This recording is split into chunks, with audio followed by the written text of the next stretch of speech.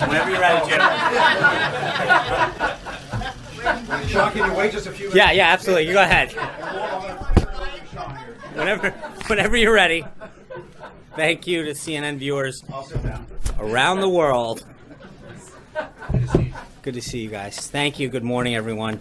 It's nice to thank you. Well, appreciate the John Roberts fact checking from the seats. Good morning. Good afternoon. It's not my fault. It's on the paper. After receiving his daily intelligence briefing this morning, the president led a National Economic Council listening session with CEOs of small and community banks. Since 2008, the number of small banks has declined 30%. The dramatic increase in regulation following the financial crisis has been a major driving force in the decline of these banks. Dodd-Frank alone has resulted in 22,000 pages of new regulations. While large banks can hire armies of compliance officers whose sole purpose it is to ensure they meet the ever-growing number of regulations, it increases the cost of doing business for community banks, leading some not to engage in some forms of lending or simply due to the time and costs involved. Our community banks are key funding sources for small business owners, entrepreneurs, farmers, and ranchers across the country, many of whom can't qualify for traditional loans. They provide approximately half of all loans to small businesses. By reforming the regulatory system so that it is efficient, effective, and appropriately tailored, we will stop treating these critical institutions in our communities the same as banks that have exponentially more in assets, enabling them to engage even more with small businesses and entrepreneurs that stimulate local economies. The banks participating in this listening sessions are members of the American Bankers Association and the Independent Community Bankers of America. A full participant list is available to those who are interested. Yesterday, I noted the continued signs of good news in our economy in terms of hiring, and the morning reports showed that consumer comfort has risen to the highest level in a decade. I'm sure last night you also saw the report that illegal southwest border crossings are down by an extraordinary 40%, a significant deviation even when you consider the seasonal trends. These measures reflect that both the economy and the border are already responding to the president's agenda, even while we're still in the beginning stages of putting his policies in place. The country and the world are clearly ready and waiting for the change that the president campaigned on and is already delivering. Right now, the president is holding a legislative affairs lunch with OMB Director Mulvaney and key members of Congress on his plans for the federal budget and repeal and replace that we've talked about. This is just the latest opportunity to continue the dialogue between the president and members on Capitol Hill on turning his ambitious agenda into action. The strong relationship between president and congressional leaders will be key as the budget process moves along. As Director Mulvaney has been saying, our budget blueprint will be released in mid-March, and the president is working collaboratively with both his cabinet and Congress to create a budget that keeps the president's promises to secure the country and make the most efficient use of taxpayer money. In attendance at the meeting from Capitol Hill are Senator Crapo, the chairman of the Senate Banking Committee, Chairman Cochran, the Senate chairman of the Senate Appropriations Committee, Senator Mike Enzi, the chairman of the Senate Budget Committee, Senator Bob Corker of the Senate, the member of the Senate Budget Committee, Congresswoman Black, the chairman of the House Budget Committee, Congressman Thornberry, the chairman of the House Armed Services Committee, Congressman Jim Jordan of Ohio, Congressman Meadows of North Carolina, the chairman of the House Freedom Caucus, and Congressman Rokita of Indiana.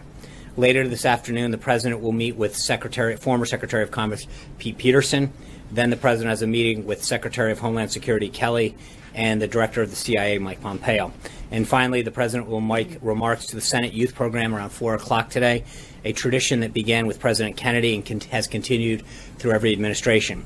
The president's honored to be speaking to this distinguished group of young men and women who are interested in pursuing careers in public service. I also want to mention that right about now, the vice president is giving the keynote remarks at the Latino Coalition's Policy Summit. His remarks focus on the particularly negative impact of Obamacare on small businesses, many of who've been unable to hire more workers or were forced to scale down their operation due to high taxes and burdensome requirements that were imposed by the law. The president is dedicated to improving health care system for every American, including small business owners who have especially have had to suffer through complying with thousands of pages of regulations and rules. That's exactly why he's working with Congress to enact the American Health Care Act, which he was glad to wake up this morning and see approved by the House Ways and Means Committee. Also today, the president was pleased to see his ambassador to Israel, David Freeman, voted out of committee. We had hoped to see Seema Verma, who would be confirmed as the administrator this week as the administrator of Health Centers for Medicare and Medicaid Services at the Department of Health and Human Services. Unfortunately, Senate Democrats continue to unnecessarily delay her confirmation. At this critical time, while we're talking about health care, it's ironic that they refuse to consider someone with such amazing expertise in this area. Seema Verma has worked for over 20 years in healthcare policy. She has redesigned Medicaid programs in several states, including Indiana, Iowa, Ohio, and Kentucky. She's worked with governor's offices, state Medicaid agencies, state health departments, state departments of insurance, as well as private companies and foundations. She's unquestionably and uniquely qualified for her position, and especially now that health reform is at the top of the president's agenda, it's time to get her in place. This delay by Senate Democrats at this critical time is unacceptable. On a scheduling note for the weekend, the vice president announced yesterday that he'll be in Louisville, Kentucky on Saturday with Governor Bevin. The vice president's office will have further details for you on that trip as we get closer. Finally, I want to take a moment to acknowledge that today is the 10-year anniversary of the disappearance of former FBI agent Robert Levinson from Kish Island, Iran. The Trump administration remains unwavering in our commitment to locate Mr. Levinson and bring him home. The Levinson family has suffered far too long, and we will not rest until his case is resolved. And with that, I'll take your questions. Hallie Jackson. I got a couple of topics for you, if you don't mind. Of course. Julian Assange says the CIA has lost control of its entire cyber weapons arsenal. Does the president agree? I think, as we've commented before, there's grave concern that the president has about the release of national security and classified information that threatens and undermines our nation's security.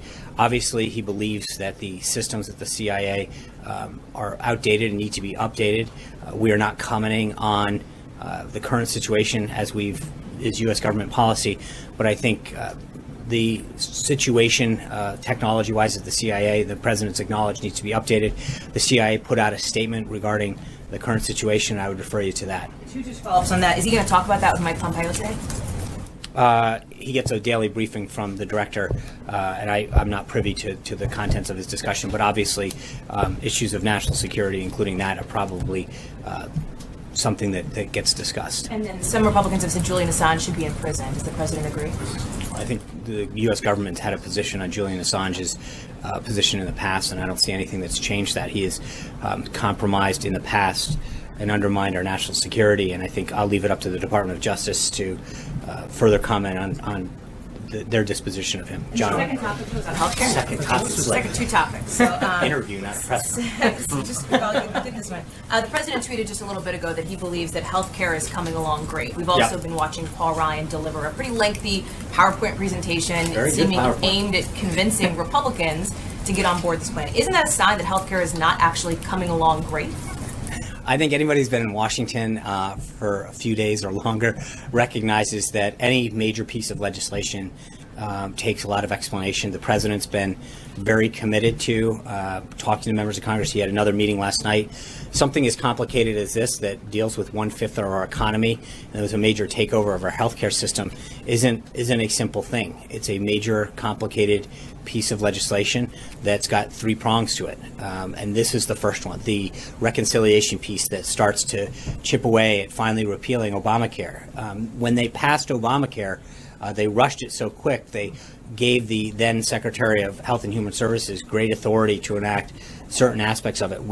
That would be our phase two, is having Secretary Price go through the pieces of Obamacare that he has been given the authority to when they passed it, to help unwind a lot of the things they did. And then phase three is stuff that has to be done through other pieces of legislation that does stuff like allow people to sell insurance across state lines, that allows small businesses to pool. So there's a lot of facets to getting this pushed through. And I think that one of the things that we've been able to do quite effectively is talk to members, especially in the House, but the Vice President's been very active on both sides of the chambers, both chambers, to communicate how this is a comprehensive strategy in three prongs to repeal and replace it with something more effective.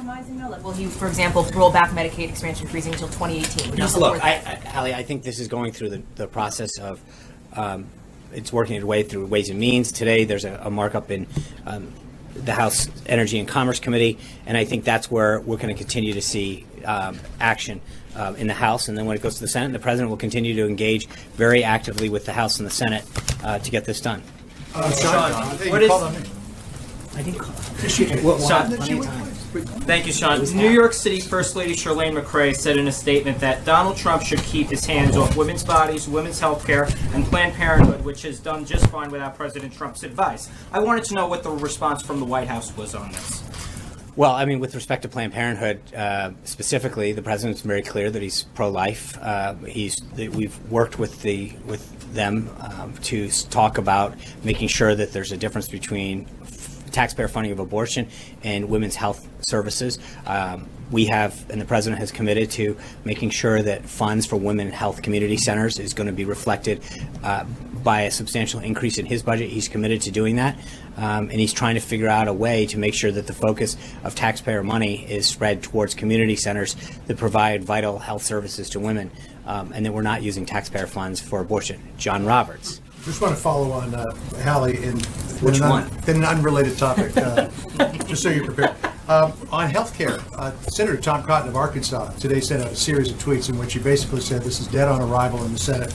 Go back to the drawing board, adding that it's absurd for the committees to be voting on something that hasn't even been scored yet. What does the president think of what Senator Cotton said today? Does he plan on having a conversation with him? Well, we're going to engage. He has talked to Senator Cotton. We'll continue to talk to any senator that has questions or concerns or ideas. It went through the Ways and Means Committee last night. I think they started at something like 10:15 yesterday morning. It is an 18-hour. I don't believe he's talked to Senator Cotton. He's meeting with members right now, as I just mentioned. He had dinner last night with Senator Cruz. He's continuing to work both sides of the aisle, both chambers. As I mentioned yesterday, I think you're going to see a very aggressive, a very robust push. We continue to have the team out talking to local media, local radio, op-eds placed, talking to local leaders. We believe that the more we talk about the comprehensive three-prong approach that we have to doing a lot of the things that conservatives have talked about, to bring back cost containment, to get people to be more patient-centered in the healthcare decisions they make, allow more choices, it's going to bring people on board. But the thing that's really interesting, John, about the current approach is that no matter where you are, especially on the conservative side, you cannot possibly believe that the current healthcare system is an effective program. It is a monstrosity. It is a government gone wrong.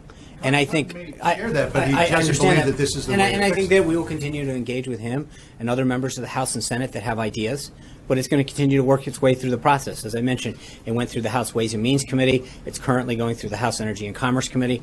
When the House passes it and it goes over to the Senate, I'm sure Senator Cotton and other senators will have an opportunity to have their say. That's part of the process. We welcome his ideas and his thoughts, as we do with other senators. But the president has continued to do tremendous outreach, and our staff has continued to do that. Mick Mulvaney's been on the Hill. Vice President Pence had maintained a very aggressive schedule, as well as other members of the administration. And we're going to get this thing passed with all of their input and ideas. Was the president aware that Lieutenant General Michael Flynn was acting as a foreign agent when he appointed him to be the National Security Advisor? I don't believe that was known. I would refer you to General Flynn and to the Department of Justice in terms of the filings that have been made. Had the president have known that, would he have appointed him? I don't know, John. That's a hypothetical that I'm not prepared to ask. I don't know what he discussed prior to being appointed in terms of his background, his resume, his client base. I don't know any of that. I know that from what I've read that he has filed the appropriate forms with the Department of Justice, and I think you should ask him and subsequently them if you have any questions about the specific filing. John Cotton. Just following up on Senator Cotton, he told me just a short while ago that he believes that this bill might actually make things worse than the current Obamacare. What do you say to Senator Cotton? Well, I respectfully disagree, and I think that I hope we have an opportunity for the team to continue to not only talk to him about what we're trying to do and how we're trying to do it, but that we'd love to hear his ideas. I mean, this isn't, as I mentioned the last couple of days, we're not jamming this down people's throat. We're welcoming ideas and thoughts. We think this is the vehicle to restore a patient-centered healthcare bill, to drive down costs. And I think Senator Cotton clearly recognizes that the current version of health care that's out there right now is not sustainable. And so we welcome his input into this process. We think that the work that we've done prior to putting this together with the House is something that reflects a lot of the best ideas, and we would continue to welcome his input on this. Are you open to major changes? Hold on, Charlie. I'm not open to. Well, I think the president open to major changes, or is it? I think the president has said before he wants to hear members' ideas. He believes that this bill encompasses the best of ideas and the best way forward. But again, we're going to let the process work its will through the House and then subsequently through the Senate. And if members have ideas, we want to hear them, want them to be part of it. It's not. This isn't getting jammed through, and we welcome that. And that's why the president continues to meet with folks. You know, he met with individuals yesterday. He's continuing to meet with them today. He's going to be hitting the road. He wants to hear members of Congress, outside groups, physicians, healthcare providers, patients. But he wants people to have an input in this to make sure that we have the best possible bill that serves their needs, and that we don't look back like we do now with Obamacare and say, I wish we had done this right. We've got a system that frankly isn't working. And I think that no matter where you are on the political spectrum, you've got to admit that either you or a loved one or a friend or a colleague isn't getting the care they deserve or isn't paying what they thought they'd be paying. And I think we have to do this right so that we don't look back the way we do now and regret the way that it was done. Charlie. Senate and House conservatives have said that they want a sort of a return to the 2015 Obamacare repeal effort. If that effort landed on the president's desk, would he sign it? Well, I think the effort that's going through right now is the vehicle that's is what people are on board with. I think one of the things that we have to remember is that the process, this three-pronged progress, is done for a particular reason. The reconciliation process, which I know for most people, it sounds like a very arcane inside baseball congressional term, but it only allows for certain things to happen in that repeal process. And that's why we've been very clear, and I think Paul Ryan laid out, Dr. Price has laid it out, and Mick Mulvaney's laying it out when he goes up to the Hill, that there's a reason that we keep talking about it in three prongs. Because there's only so many things that you are legally allowed to do through the reconciliation process. When the Democrats jammed this through, they did it in a way that they did it basically in two steps. They jammed it through the reconciliation process, number one. And number two, they gave broad authority to the Secretary of Health and Human Services so at the time that she could unilaterally do certain things with health care and implement certain things that we now have to undo in the same way. What we've done that's different, though, is frankly add a third prong, which allows for additional legislative vehicles that will go through the House and then in the Senate that will allow some of the core conservative principles that we've talked about for, frankly, decades, about allowing more competition, allowing people to pool, allowing people to do things that we think will allow lower prices to come out of the process. And I think that's a big difference in how... So if a repeal lands on the president's desk, he would not sign it? He is going to land on his desk because we're going to go through this process. Repeal without replace. Well, again, I think the way that we're doing now, I think it's the right and the responsible way to do this. This bill will land on the president's desk. He will sign it. We will repeal Obamacare, and we'll put into place a system that will be patient-centered, that will allow the American people to have greater choice and lower costs. Blake. Sean, seeing the pushback that you're getting so far with healthcare, do you think it is realistic to have both healthcare and tax reform done in 2017? And I ask you that because Mitch McConnell was asked about this day, and he talked about there being certain constraints and that the tax reform portion of it could be a 2018 item. I think we feel very confident that we're going to get a lot done, continue to get a lot done this year. Tax reform's high on the president's priority list. I think it's high on the American people's priority list, and especially as April grows closer and closer and people look down at their federal tax form and realize how much they're paying. And we see companies pledging to come back, recognizing that these companies bought into the president's vision and agenda to make America more tax and regulatory friendly, so that they would create jobs, manufacture more here. That's something that he's committed to. He understands how important it is. Look, the president's uniquely qualified as a businessman, a successful businessman, to understand what a good business climate does to job creation and to manufacturing. And I think his commitment isn't just a campaign promise, it's something that he has lived by for decades now, understanding that that's what spurs economic growth. That makes one place more attractive to invest in or to hire more people or to grow jobs. And so for him, this is deeply personal. And I think that you're going to see Secretary Mnuchin and others work on the contours of that in the next several weeks, but we intend to maintain to the schedule that he laid out. The August portion is still the timeline. That's right. Eamon? Thanks, John. On drug prices, Congressman Elijah Cummings was here yesterday. Yes. He said that the president was enthusiastic about his bill to cut drug prices. Is the president enthusiastic about that? And if he is, how much pain should drug companies be prepared to take here in the second? Ironic that you're talking about drug companies and pain. But maybe there's a pill for that.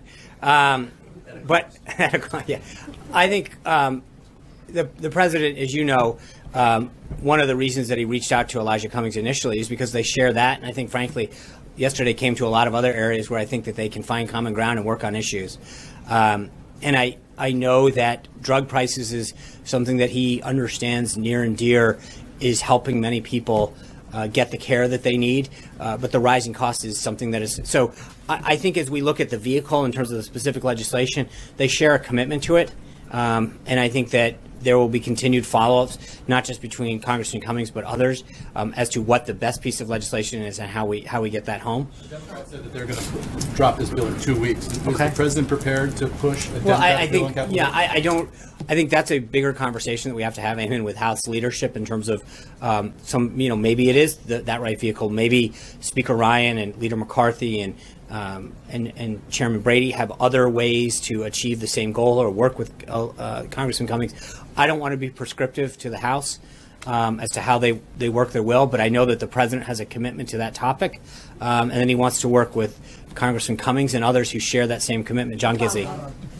Thanks a lot, Sean. John Gizzi. Gizzy. You're both good-looking, Johns, but I'll come back. Thank you, Sean. Two questions. And first, a Japanese news service is reporting this morning that the president will have a meeting with President Xi Jinping of China in April. Does this mean that there is a new meeting before their scheduled meeting at the G20 in July? I'm not going to comment on the president's schedule or foreign leader visits at this time, John. I think I've pretty much gotten that one down. Until I have something further for you, I'm just going to let you get on to your next question. All right, thank you. Going back to the meeting and to your opening statement about the banks. In the last campaign, candidate Trump campaigned hard on restoring the Glass-Steagall Act, which would put a barrier between commercial and major investment banks. It, of course, was repealed in 1999, and the repeal signed by President Clinton. Senator Sanders campaigned on this as well, noted that it was in the Republican platform in Cleveland, and said in December he'd be happy to work with the Trump administration on restoring Glass-Steagall. Is there any plans for the president to meet with Senator Sanders, and is repeal of Glass-Steagall on his agenda?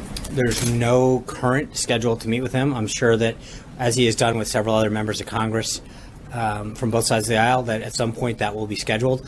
We don't have anything on the books for now, but look, he's shown, and I think yesterday was another example, today another example of his willingness to reach across the aisle, his willingness to look into both chambers and and not just business, but labor unions and other industries where we can find common ground. And I think if Senator Sanders and others want to work with the White House on areas of ways that we can improve the financial industry, we're going to do that. So still committed to restoring Glass-Steagall? Yes. Aaron. On infrastructure, can you give a sense of timing, where it is on the priority list, and if these new reports that say that the infrastructure in the nation is in really bad shape, does that give it new urgency? I think the president mentioned it in the joint address. I think we're looking at a public-private partnership as a funding mechanism. There's a lot of work being done behind the scenes, and I don't want to put a timeline on that. Obviously, as I just mentioned to Blake, we're currently dealing with the repeal and replace of health care. I think we need to move on to tax reform, but that is definitely somewhere that we're trying to figure out how to move that vehicle. There'll be further discussion of that as we get closer to the budget as far as where that fits in to the piece. John Decker. Thanks a lot, Sean. The president had this meeting last evening here at the White House with some conservative groups. Yeah. Out of that meeting, can you tell us whether the president was successful in twisting arms, getting these conservative groups to back this particular health care bill? And just separately, I see on the president's campaign website that there is an event, a campaign-style rally planned in Nashville, Tennessee for next week. Can you confirm that, and why did you choose Nashville, Tennessee? There's a Democratic congressman that represents Nashville. It's Jim Cooper. Are you hoping to get some Democrats behind this bill? So on the first part of that, you saw a lot of the statements that came out last night from some of the various groups. They were very encouraging. Their guiding principle is we want to get to yes. I think one of the things that's really interesting, and I addressed it earlier, is that there's a lot of members, a lot of interested parties, a lot of groups that haven't fully heard the three-prong approach. And I think Speaker Ryan did a phenomenal job today of really laying this out. Dr. Price has done a good job. That people need to understand the totality and the comprehensive nature of this, that there are three pieces of it. And I think what happens sometimes is that the reconciliation piece of this gets lost as defining the totality of it. And people need to understand the two other pieces that achieve many goals that healthcare advocates and conservatives have fought for a long time, that allow greater competition, that allow small businesses to pool those resources together. But there's a lot of things that occur in phase 2 and phase 3 that help bring down cost and create greater choice. It's amazing when you listen to some of these meetings, how often people say, I didn't realize that, and I didn't understand the full scope and totality of what the plan was. It's very encouraging. And then I think they, without getting into details, I think in a lot of cases, they've shared some ideas with the president that we might be able to find some common ground on. So we'll take it one step at a time. Go ahead. And then on the campaign-style rally. I would refer that question to the campaign. I think the president's going to be traveling next week. And then, but there will be the details of that are listed on the campaign site. There is going to be, I think, additional travel announced for next week on the official side. And as we get closer to either the end of this week or the beginning of next week, I'll try to have more for you. Katie. The president promised to immediately terminate DACA when he got in office. Right. It's been nearly 7 weeks tomorrow, and he still hasn't done it. Can you definitively say if he's going to get rid of DACA? And if not, is he giving them legal status? And what's the plan for Dreamers? I think, Caitlin, we've talked about the status of that and how many steps we have to go through on immigration in the past. I think we've made significant headway in achieving the president's priorities of starting the wall, driving down illegal immigration. The numbers that came out last night show that even when seasonally adjusted, we see a 40% dip in the people crossing our southern border. That's a very promising sign.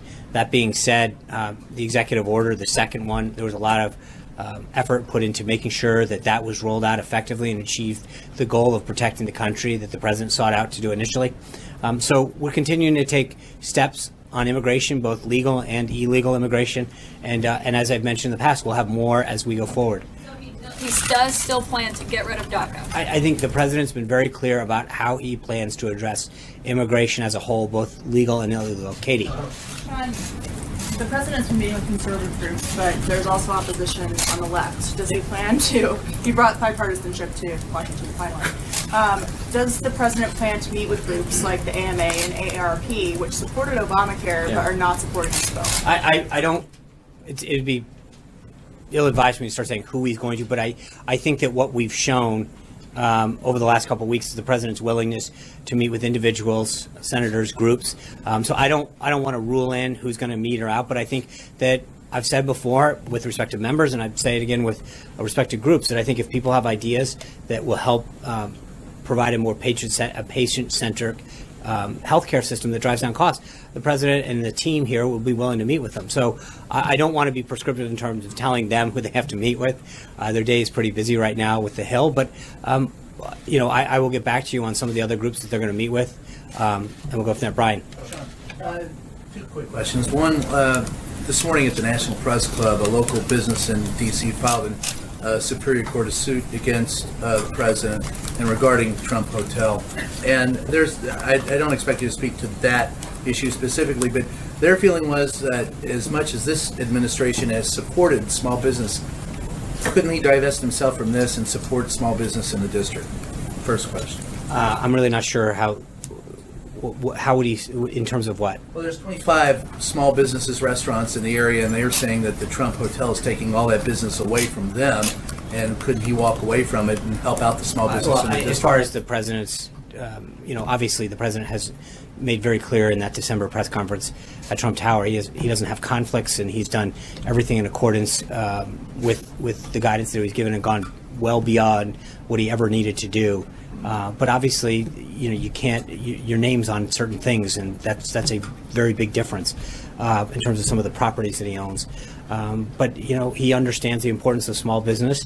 That's why we're meeting with community banks this morning to talk about the lending that they need, whether it's small business, entrepreneurs, farmers, ranchers throughout the country.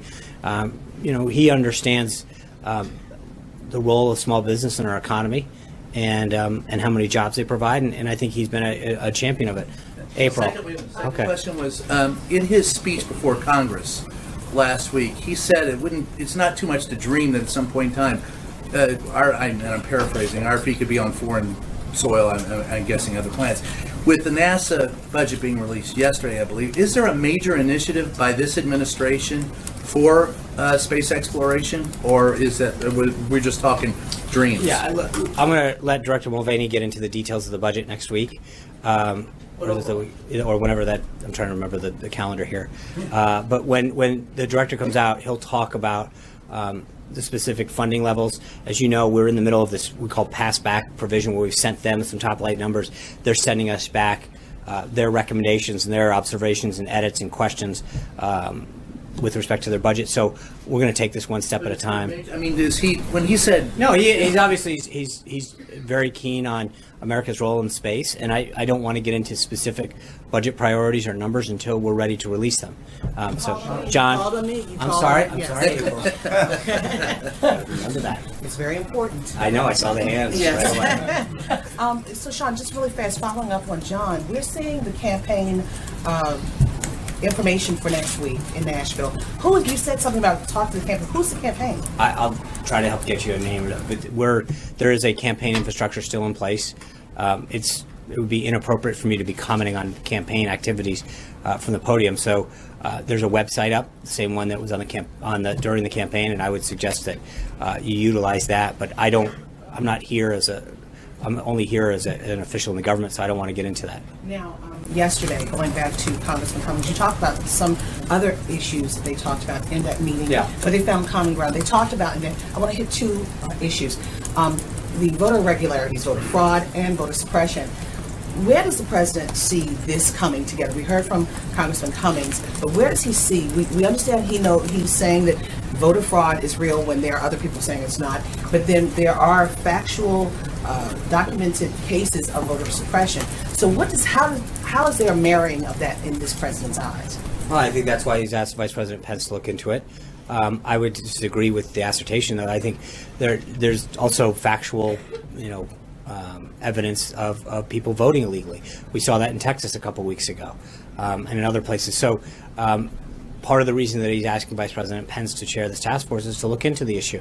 But we welcome input in other areas, and it's an area that they'll continue to discuss. Sarah? HBCUs. Now, also, Congressman Cummings said that when he talked to the president, and he brought up the issue of funding for HBCUs, President Trump said to Congressman Cummings that the presidents did not ask for money. Now, they came here, according to many of the presidents that I've canvassed, they came here with the intent of the fact that they were going to get some money from this executive order. And I don't think the executive order is the. That's what their belief was. But then, what I understand that there was talk about investment in these colleges from Steve Bannon. One president wrote this down, saying that we are looking for a plan from you to invest in HBCUs, and we will execute it when we get it. So, and they're looking for full funding for Title III, Pell Grant full funding, fall, spring, and summer, as well as a one-time $25 billion investment. What does this White House think about this plan that they're trying to get back to this White House, especially at a time when you're looking at cutting domestic spending? Well, I think when they were here, we were pleased to roll out the executive order that talked about making historically black colleges and universities a priority in this administration, moving that sort of point person into the White House, so that we could coordinate a whole of government opportunities for whole. We talked about this, looking at the different educational opportunities that span government, whether it's health or investment in sciences, or even stuff like ROTC and NROTC programs that are some of these that span out of the Department of Defense. But we've got to look at how we're providing government assistance in a whole host of ways to historically black colleges and universities. I think the issue of funding will be properly addressed in the budget and at that time, but obviously this is something that has been discussed. The president's request realistic? Is this funding request? April, I'm not going to negotiate the budget from here, but I think that the president has been made very clear that the vital role that they play in our society, and I think he's shown that initially by the executive order that he unveiled, and we will have further information for you as we get closer to the budget. Sarah. Thanks, John. Circling back to what you said about critics characterizing the budget reconciliation bill as the entirety of repeal replace, how quickly does the president want to see Republicans move on phase 3, the companion legislation? Does he envision those unfolding simultaneously? And then given the early opposition to the budget reconciliation bill, does the president maybe want Republicans to recalibrate their strategy when it comes to that companion legislation? I am not going to start to tell Speaker Ryan or Leader McCarthy or the whip, Mr. Scalise, how to release and when to release legislation. But I think obviously we need to make sure that members and all Americans understand the totality of this. So at a schedule that they see fit, and I'll let them unveil that schedule, that they talk about the totality of this plan and the comprehensive nature and all three prongs that make up the repeal and replace part of this. It's important, I think, though, for people to do understand that there's a commitment to do all those things that we've talked about, whether it's pooling or across state lines. There's a lot of principles and things that we've discussed that I think are important to let people to know about. I'm going to go to Lahit Jha. Thanks. What's the President's assessment of the situation in Afghanistan? What is the assessment of the situation in Afghanistan? Because there has been a series of terrorist attacks there, and does the President plans to send additional troops to Afghanistan? So on troops, I refer you to the Department of Defense on that one. I think we are in the middle of a comprehensive review on our policy in Afghanistan, that working with our Afghan partners and the Department of Defense and our key military leaders to create an approach to address Afghanistan, to defeat ISIS. So we're in the middle of that process, and we have more. We'll update you, but I think the Department of Defense is probably the best place to go to get that. Trey. Thanks, Sean. Today, hundreds of U.S. Marines were deployed to Syria. So I'm wondering, how involved was the president in that decision-making process, and is this part of his wider anti-ISIS strategy? Obviously, the president was made aware of that. This is something that was done in consultation. He understands the regional issues that need to be addressed there. And again, I'd refer you back to the Department of Defense on that. Vivian, yeah. Thank you. I have a follow-up question to Haley's first set of questions on WikiLeaks. My question is, these like 8 questions in the Republicans are calling for Julian Assange to, be in jail or be arrested. What about the tech companies that he says that he will work with to give them these CIA hacking techniques? Should there be any legal repercussions for tech companies willing to sort of embrace and use this technology that you're taking a stance against, if you will? So, number one, I'll go back to the statement that we don't comment on validating or authenticating allegations of this sort as a U.S. government, in terms of U.S. government policy. I will say that, the president obviously feels deeply concerned about anybody, an individual or anybody that seeks to undermine the national security of our country. I don't want to, stay within my purview here, but I do think that I would check with the Department of Justice in particular about if a program or a piece of information is classified, it remains classified regardless of whether or not it is released into the public venue or not. And so I would just suggest that someone consult with them regarding the legal repercussions of any individual or entity using any piece of still classified information or technique or product that hasn't been declassified. There's a reason that we have classification levels, and that's to protect our country and our people, and that's something that we have to maintain regardless of how it's let out. Zeke. Two questions for you. One, back to General Flynn. How concerning is it to the President and to the White House that a registered foreign agent was selected to become was the National Security Advisor for a brief period of time? Look, I think this is what he did for a living. I mean, he talked to, and as the President said in the press conference, talking to individuals that are within the realm of the duties you're going to perform is part of your job. I understand that, but he was being compensated. He wasn't part of. He wasn't, being compensated as part of the transition, as far as I'm aware. And so he was a private citizen at the time. And when you're a private citizen, you're allowed to engage in legal activities. I don't have anything further on that, but I think there's nothing nefarious about doing anything that's legal as long as the proper paperwork and is filed. Sean, just real quick, there's just several reports out of the State Department from our colleagues there that on Secretary Tillerson's upcoming trip to Asia, he will not be taking any press with him on that trip. That's a breach of precedent, certainly, of the last several bipartisan administrations. Is it concerning to the White House that the administration's foreign policy might not be effectively communicated to the American public and around the world because there isn't a press corps with the Secretary of State? Yeah, this is the first I'm learning of it. I'd be glad to follow up with Zeke. I don't know that. I think you all know that we have been a very transparent administration in terms of access to the President and his activities here. I'd be glad to follow up with the Department of State and follow up that you can share that with your colleagues. Margaret? Yesterday you said no reason to believe there's any type of investigation with respect to the Department of Justice. Did the Justice Department give you that assurance? Because they're telling the New York Times they did not. I'm not aware of it, but that's my point, is that we're not aware of anything, and that's why... You've never been told by the Justice Department that there is no investigation. No. So there might be one.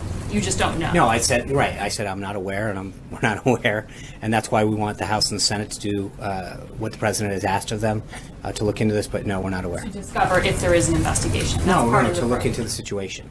The Justice Department is saying, though, that they never gave you the assurances that you gave us. Okay. No. What the assurance I gave you, Margaret, was that I'm not aware, and that is 100% accurate. So when you said no reason to believe, it was I'm not aware if there's an investigation. Right. I mean, I don't know that they're not interchangeable. I'm not aware. I don't believe. Look up in a thesaurus and find some other ways, but I don't know that there's a distinction there that's noteworthy. But we're not aware. I don't believe that exists, and that's based on that I've not been aware of. I mean, but that's the answer to that. When someone's asking me if I'm made aware of something and the answer is no, then the answer is no. Well, the question was whether he was the target of a counterintelligence. Right, and the answer is we're not aware. I don't know how much clearer we can be on this. So it's just that the White House is not aware if the President is the target of a counterintelligence probe. Correct. I'm not. Yeah, I'm not sure what we're dancing around the same question. Well, because I think yesterday when you came out and corrected and clarified, people took that as a definitive answer that in fact that was. No, not it the means case we're not that you aware. said. I don't just. That should be the definitive answer, Vivian. Thank you. I have two questions, but a really quick follow-up to Zeke's. So can you that's elaborate? 3. 2.5. So can you elaborate a little bit on to what extent Michael Flynn was involved in shaping the current Turkey policy for President Trump? I mean, was he engaging with the Turkish leaders? And I don't have anything on that. Okay. You can contact the NSC on that. I'm not aware. Okay, so for my two real questions. First, is there any official response to the lawsuit in Hawaii over the revised travel ban? I think we feel very comfortable that the executive order that was crafted is consistent, and we're going to go forward on this. But I think, by all means, I don't want to. We feel very confident with how that was crafted and the input that was given. Okay, thank you. And the second thing is Nigel Farage was at the Ecuadorian embassy in London today, where Julian Assange happens to be staying. We don't know if they met or not, but Was he there? I mean, he's a close ally of President Trump. Was he there in any official capacity? I don't keep his Was schedule. he delivering a message? Do you know if there was I have contact no idea. on that? No, I have my own concerns here, keeping track of what everyone's doing. I generally don't worry about what's going on across the pond. Jonathan. Thank you. You already gave me one, but just to follow. So, but do you? I'll take his. Wow. All right. I'm sorry. Hey. But on front, the question is not what Farage was in there, but can you tell us he just wasn't there on behalf of the White House? Sure. I don't. He is not. I'm not. This is silly. I really don't think asking where random foreign leaders are and whether or not they're there. That I'm sure he was there doing whatever on behalf of either the British. He's a member of. Okay, I understand that, but I'm not. I don't keep his schedule. I'm not sure. Thank you, Sean. Two questions on two different topics. First, Treasury Secretary Steve Mnuchin sent a letter to Congress saying that Congress should raise the debt ceiling. We know that the Office of Management Budget Director Mick Mulvaney, when he was in Congress, he voted against raising the debt ceiling multiple times. So. Is Mulvaney going to support the raising of the debt ceiling? And does the president support that? And is he going to push Congress to do that? I think we've got a few months to do that. I think the secretary was making Congress very much aware. We've now been in the White House 6 weeks. We're approaching the 50th day here of this administration. I think we are trying to deal with the situation at hand. Part of the reason that the president has addressed a budget the way he has is to try to get our nation's debt deficit and budget in order. I think he's continuing to show a tremendous respect for taxpayer money, the way we spend money and bring it down. But obviously, there's certain things that are a little beyond our control when we walked into this building, and we're going to work with Secretary Mnuchin and Director Mulvaney to address this issue, and obviously work with Congress. Second question on another cabinet secretary. Scott Pruitt said today that carbon dioxide was not the primary contributor to global warming. That obviously is at odds with the global scientific consensus. Does the president agree that? I think that's a snippet of what Administrator Pruitt said. He went on and said, "I don't think we know conclusively. This is what we know." I would suggest that you touch base with the EPA on that. But he had a very lengthy response, and so that is just one snippet of what the administrator said at that. Anita. Two things. One, I think you mentioned at the top, but I'm not sure, that apprehensions were down across the border. There was a question yesterday about the wall. Is the wall still needed if the apprehensions are down? I think so, sure. The president was very clear. It's not just needed. The president committed to doing it to the American people. And I think while we can have a good month, and I think we'll see if that continues, that the president made a commitment to the American people to make sure that that this isn't just an anomaly, and that while they may be down, I think we have to do what we can to protect our country, both in terms of national security and economic security. So it's, of course, still needed, and it's a commitment that the president made. And I think one of the things that the American people, regardless of where they stand across the aisle, appreciate about this president is he's a man that has kept his word. He made commitments to them, and he's fulfilling them to make the country better. Goyle. Sean, I said there was a second one. I'm sorry, you did. You have not, I think you've been asked this before, but have been reluctant to say whether President Obama and President Trump have spoken since the inauguration, although President Trump was very forthcoming about that during the transition, so I'm not sure why you wouldn't mention it. But I'm just asking that again, and there was a report yesterday that said their aides for both presidents have spoken. Can you talk to us about either of those things? I'd be glad to follow up. Unfortunately, I did not ask the president whether or not he's spoken. I'll be back tomorrow. Can you follow up? Yes, I can. About the aides? I will. Okay. I keep my word too. Okay. Go out. Okay, well, Stealing one all the way to the back. Actually, it was me. Lost your shot. Look at that. Tell us about policy now on Guantanamo, how it might have changed, where things are with that. Where what, please? On Guantanamo. Yeah. On whether the Guantanamo will be expanded, whether detainees will be brought to Guantanamo, whether they'll be transferred out, just where things I don't have anything to announce with respect to its expansion or its expansion use. But I think the president has commented on the importance of Guantanamo in the past, and the need to maintain that the people who are there are not people who seek to do anyone good. They're there for a reason. and he has no plans to close it, if that's what you're asking. As far as the future use goes, in terms of expansion, I don't have anything to comment on this time. All the way back, yeah. You got it. All right. No, Goyle. You keep trying to steal his question. Please. One is that as far as the attacks on the Indian American communities across the nation, they are not new. It happened in the past also, but Indian American community recently have been having candle visions and prayers and all kind of those things, and also Indian ambassador met with the State Department officials and also with President Trump recently.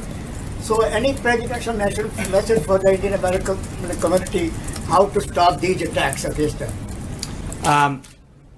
I think with respect to, are you talking about the event in Kansas City specifically? Another one also. Yeah, I think the president, whether it's the event that happened in Kansas City, other events, the attacks on Jewish community centers that continue to plague us. We saw another report this morning of some unfortunate activity. I think we've got to continue to call it out. We've got to continue to root it out. We've got to continue to engage law enforcement, whatever the applicable level of law enforcement, depending on the event.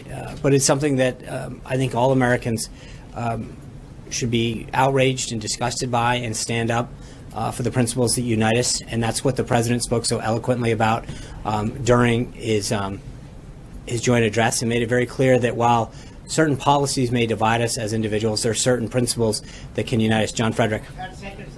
Please, I'm sorry.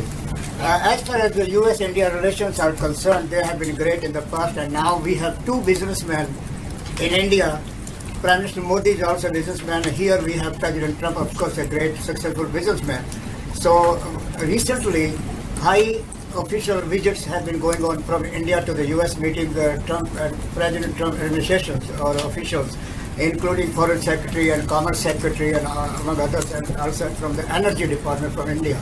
So where do we go? What is the future of under President Trump administration, U.S.-India relations, economically, trade, and bilateral, among others? Thank you. I think he has talked about during the campaign and the transition establishing a deeper relationship with Prime Minister Modi and U.S.-India businesses. And I think as we move forward in terms of our foreign policy, we'll have further updates on that. But he, as you know very well, he spoke very clearly and frequently about the relationship that we have and hope to continue to grow with India. John Frederick. Sean, thank you. During the campaign, President Trump was not shy about his desire to get the United States out of these Middle Eastern wars. Yet, as a question earlier, we just sent 250 Marines into Syria. Is President Trump committed to going to Congress to receiving authorization for an AUMF or a declaration of war if we continue to deploy United States troops overseas? Well, John, I think there's a big difference between an authorization of war than sending a few hundred advisors, and I think most in Congress would probably agree with that as well. I think that's a big difference between a hostile action and going in to address some certain concerns, whether it's certain countries in the Middle East or elsewhere. I would refer you to the Department of Defense on that one. I think the actions that he has done and taken with the advice that his generals have given him as admirals as well,